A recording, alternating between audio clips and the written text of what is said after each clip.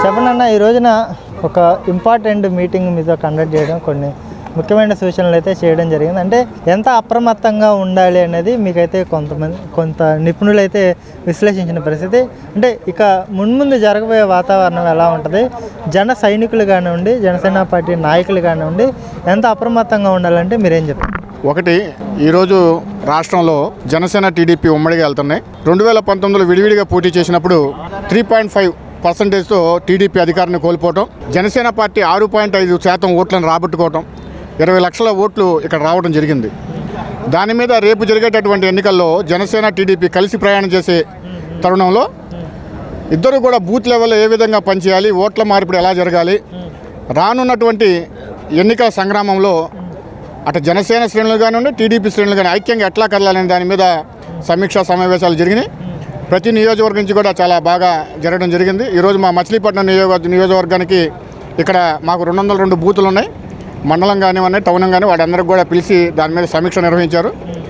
రాష్ట్ర పార్టీ చాలా అద్భుతంగా జనసేన శ్రేణుల్ని ఐక్యంగా ఒక సైనికుల్లాగా తయారు చేస్తూ రేపు జరిగేటటువంటి ఎన్నికలకు సంసిద్ధంగా ఉండాలని చెప్పి ఒక మెసేజ్ అయితే ఈ రోజున బూత్ లెవెల్ నుంచి కూడా కార్యకర్త వరకు కూడా పాస్ చేయడం జరిగింది.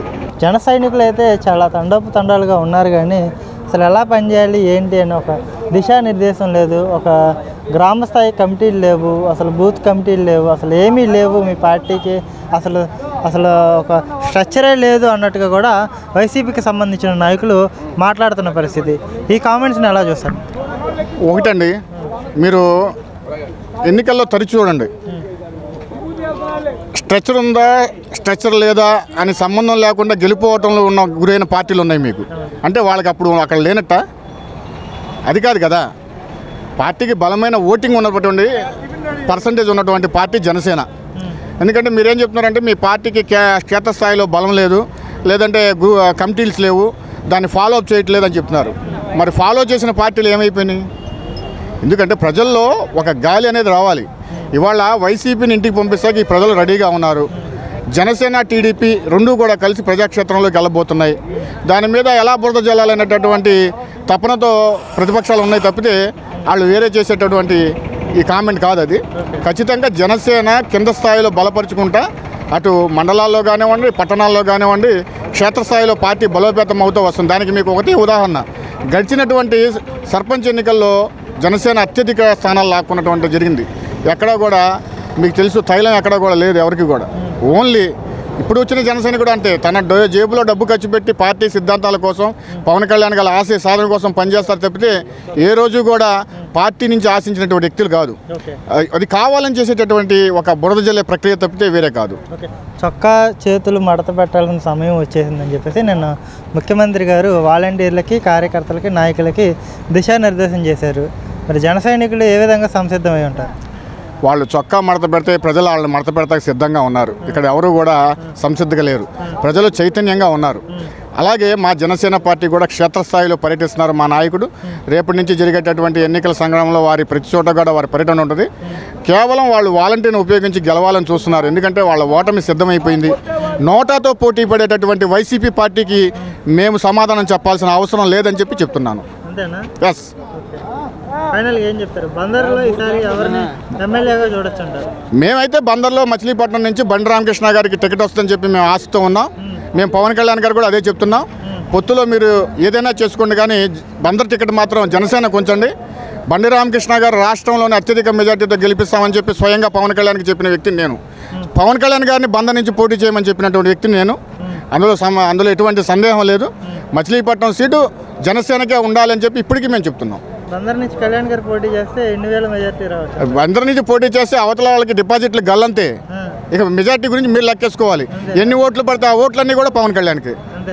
పవన్ కళ్యాణ్ అయినా బండి రామకృష్ణ గారు ఇద్దరేనంతే, సమస్య లేదు. ఎందుకంటే మచిలీపట్నంలో ఇప్పటి వరకు జనసేన పార్టీ ఆవిర్భావం నుంచి 2019లో బండి రామకృష్ణ గారికి టికెట్ ఇవ్వడం జరిగింది. ఆ 2019 పార్టీ టికెట్ ఇచ్చిన తర్వాత కొంతమంది పోటీ చేసి వెనుదిరిగి వెళ్ళిపోయారు. కానీ బండి రామకృష్ణ గారు అలా చేయలేదు. ఎవరెప్పుడైతే పవన్ కళ్యాణ్ గారు ఆదేశానుసారం వారు ఏం చెప్తే ఆ పార్టీ చేసుకుంటా 600 పైచిలుకు కార్యక్రమాలని మచిలీపట్నం నియోజకవర్గంలో చేశారు ఆయన. సేవా కార్యక్రమాలు కానీ అదే నమ్మకంతో జనసేన పార్టీ రాష్ట్ర అధ్యక్షుడు పవన్ కళ్యాణ్ గారు మచిలీపట్నంలో ఆవిర్భావ సభ బాధ్యతని రామకృష్ణ గారికి అప్పచెప్పారు. అంతేకాకుండా వారు చేసేటటువంటి వారాహి యాత్రను పురస్కరించుకొని మా బండి రామకృష్ణ గారి ఇంట్లో 5 రోజులు వారు ఉన్నారు. ఎందుకంటే ఒక మంచి వ్యక్తిని ప్రోత్సహించేటటువంటి వ్యక్తి పవన్ కళ్యాణ్ గారు, అందులో ఎటువంటి సందేహం లేదు.